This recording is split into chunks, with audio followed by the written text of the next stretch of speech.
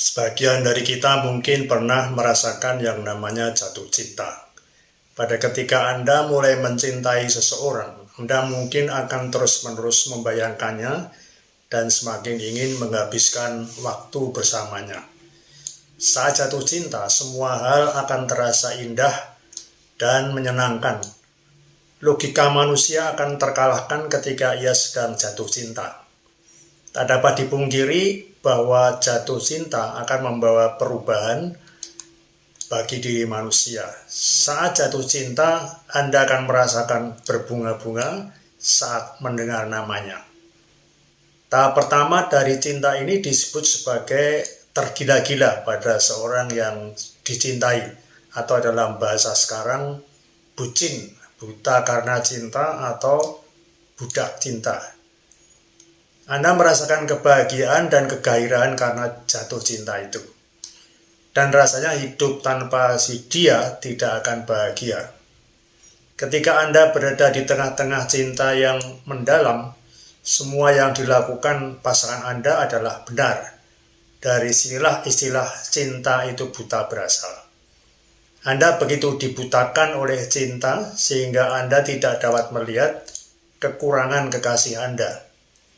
Maka kalau suatu ketika terjadi putus cinta, entah karena dikhianati atau apapun sebabnya, bisa mengalami patah hati dan merasakan sakit hati yang dalam. Jadi jatuh cinta ini adalah salah satu hal dalam hidup yang dapat menciptakan kesenangan atau kebahagiaan, tapi juga bisa menimbulkan rasa sakit yang dalam pada hidup kita. Permasalahan cinta bisa mengumbang-ambingkan kehidupan seseorang. Perasaan jadi teraduk-aduk karenanya. Mengapa ada cinta buta? Mengapa kita bertindak seolah-olah pasangan kita tidak memiliki kekurangan ketika sedang dimabuk cinta? Jawaban gampangnya karena pada awalnya kita mencintai dari hati kita, bukan dari kepala kita. Tapi sebenarnya proses yang terjadi ketika seseorang dilanda cinta sepenuhnya ada di otak kita. Perjalanan dari pandangan pertama lalu jatuh cinta dan mungkin berakhir dengan bahagia atau berakhir dengan air mata sebenarnya dipandu oleh proses neurokimia dalam otak.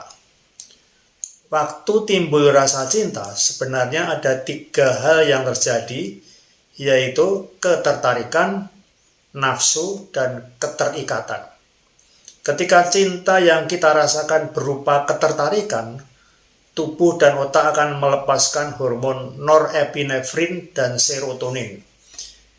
Ketika cinta yang kita rasakan berupa nafsu, bagian otak akan melepaskan hormon testosteron dan estrogen. Sedangkan ketika seseorang merasakan keterikatan, maka hormon yang akan dilepaskan berupa hormon oksitosin dan vasopresin. Menurut neurokimia, seperti dopamin dan oksitosin akan memenuhi otak ketika seseorang merasakan jatuh cinta. Efeknya akan timbul perasaan senang, dan hal ini juga akan menghasilkan respon fisik dan psikis.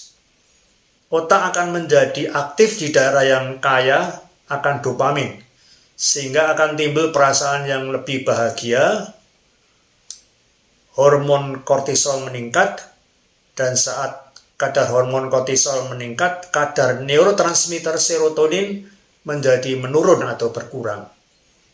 Ketika tingkat serotonin rendah, dapat memicu rendahnya tingkat stres bagi yang mengalaminya. Jadi cinta bisa punya efek mengurangi stres. Selain itu, ketika jatuh cinta, otak akan melepaskan dopamin tingkat tinggi, dalam tingkat yang tinggi, menonaktifkan jalur saraf yang bertanggung jawab atas emosi negatif, seperti rasa kecewa, tidak nyaman, khawatir, dan lain-lain. Itu sebagai contoh dari emosi negatif. Kemudian perasaan positif itu yang membuat penilaian kritis terhadap yang dicintai menjadi tumpul.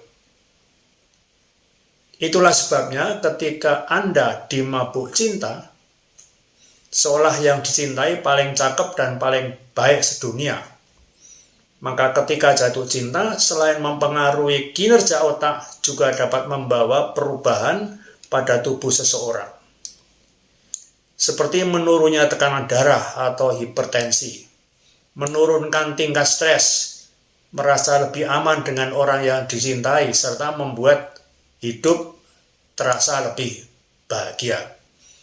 Orang yang sedang tergila-gila karena cinta menunjukkan peningkatan aktivitas pada area ventral tegmental atau VTA, bagian otak yang memproses imbalan dan motivasi.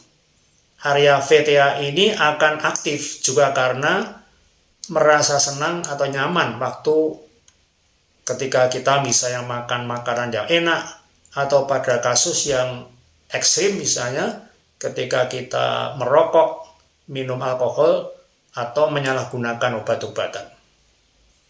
Aktivitas area VTA dalam otak akan melepaskan dopamin, senyawa pengantar rasa senang, yang mengajarkan otak untuk mengulangi perilaku akibat menerima imbalan kenikmatan yang sama seperti pada waktu pertama pengalaman yang dialami. Peningkatan aktivitas VTA itulah yang membuat kenapa cinta bukan hanya menyenangkan, tetapi juga membuat rasa ketertarikan pada orang yang sedang dicintai. Di tahap pertama ini akan sulit untuk menemukan kesalahan pada pasangan Anda. Seolah kesadaran Anda tertutup oleh kabut akibat dari pengaruh cinta ini. Orang yang baru tergila-gila karena cinta akan menunjukkan penurunan aktivitas pada pusat kognitif di otak, yaitu korteks prefrontal. Karena aktifnya area ini akan membuat kita dapat berpikir kritis dan memberi penilaian. Tahapan awal dari cinta ini seolah terasa seperti luapan emosi karena aktivitas otak yang sangat intens. Salah satu hubungan cinta adalah soal nafsu. Secara neurohormonal, hubungan antara libido dan perasaan cinta itu bagi orang yang sedang jatuh cinta adalah sangat erat. Kedua hal ini saling mempengaruhi dan saling memperkuat. Libido adalah dorongan seksual yang dikendalikan oleh hormon testosteron dan estrogen. Testosteron adalah hormon yang lebih dominan pada pria, sedangkan estrogen adalah hormon yang lebih dominan pada wanita. Perasaan cinta juga dikendalikan oleh hormon-hormon seperti dopamin, oksitosin, dan vasopresin. Dopamin adalah hormon yang terkait dengan rasa senang, motivasi, dan kenikmatan. Jadi hormon yang menimbulkan rasa senang, motivasi, dan kenikmatan. Oksitosin adalah hormon yang terkait dengan rasa kasih sayang, kedekatan, dan kepercayaan. Vasopresin adalah hormon yang terkait dengan keterikatan dan perilaku altruistik. Saat seseorang jatuh cinta, terjadi peningkatan kadar hormon-hormon tersebut, termasuk testosteron dan estrogen. Peningkatan kadar testosteron dan estrogen ini meningkatkan libido dan meningkatkan ketertarikan seksual. Selain itu, dopamin dan oksitosin juga berperan dalam meningkatkan libido. Dopamin terkait dengan sensasi euforia dan kegembiraan yang dapat meningkatkan libido juga. Oksitosin terkait dengan rasa keterikatan dan kepercayaan yang dapat meningkatkan ketertarikan seksual. Namun perlu diingat bahwa libido dan perasaan cinta adalah dua hal yang berbeda. Libido adalah dorongan seksual, sedangkan perasaan cinta melibatkan emosi yang lebih rumit. Libido dapat meningkat tanpa adanya perasaan cinta, dan sebaliknya, perasaan cinta dapat ada tanpa adanya peningkatan libido. Kembali ketika pada awal jatuh cinta akan terjadi luapan emosi yang menggelegak. Namun ini bisa jadi hanya bertahan beberapa bulan saja. dan disusul dengan fase cinta yang lebih lama waktunya yang disebut sebagai fase keterikatan atau kasih sayang. Seiring berkembangnya hubungan percintaan, Anda mungkin merasa lebih santai dan mulai timbul rasa keterikatan pada pasangan cintanya berkat peran besar dua hormon itu, oksitosin dan vasopresin. Hormon itu dikenal sebagai hormon pengikat pasangan. Hormon ini mengirimkan rasa percaya, rasa dukungan sosial, dan kasih sayang. Oleh karena itu, cinta romantis tidak seperti bentuk cinta yang lain, karena hormon ini juga membantu meningkatkan hubungan keluarga dan juga pertemanan. Oksitosin itu berperan mencegah keluarnya hormon stres. Itulah mengapa menghabiskan waktu bersama orang tercinta terasa menenangkan. Saat kabut yang menutupi penilaian yang kritis pada awal jatuh cinta memudar, maka pemahaman yang lebih jujur pada pasangan Anda dan hubungan yang lebih dalam mengambil alih. Di sisi lain, karena kesadaran Anda mulai kehilangan kabutnya, kalau ada masalah di hubungan Anda dengan pasangan, juga akan mulai terlihat lebih nyata. Dan ketika itu, bisa saja terjadi keregangan hubungan dan sampai pada pemutusan hubungan cinta. Apapun alasan suatu hubungan berakhir, tetap saja akan timbul rasa sakit hati. Namun sebenarnya pemunculan sakit hati itu ada di otak. Kesedihan dari putus cinta mengaktifkan korteks insular, bagian otak yang memproses rasa sakit.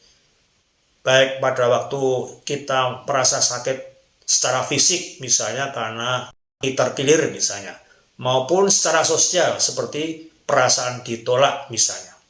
Seiring berjalannya waktu, orang yang patah hati akan menunjukkan peningkatan aktivitas pada VTA tadi, pusat motivasi dan penghargaan tadi, yang mengendalikan rasa rindu selama hubungan berada di tahap awal.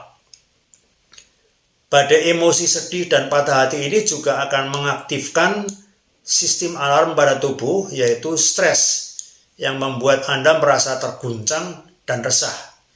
Seiring waktu berlalu, area kortikal atas yang mengelola penalaran dan kontrol impuls dapat mengatur kesedihan dan rasa rindu itu.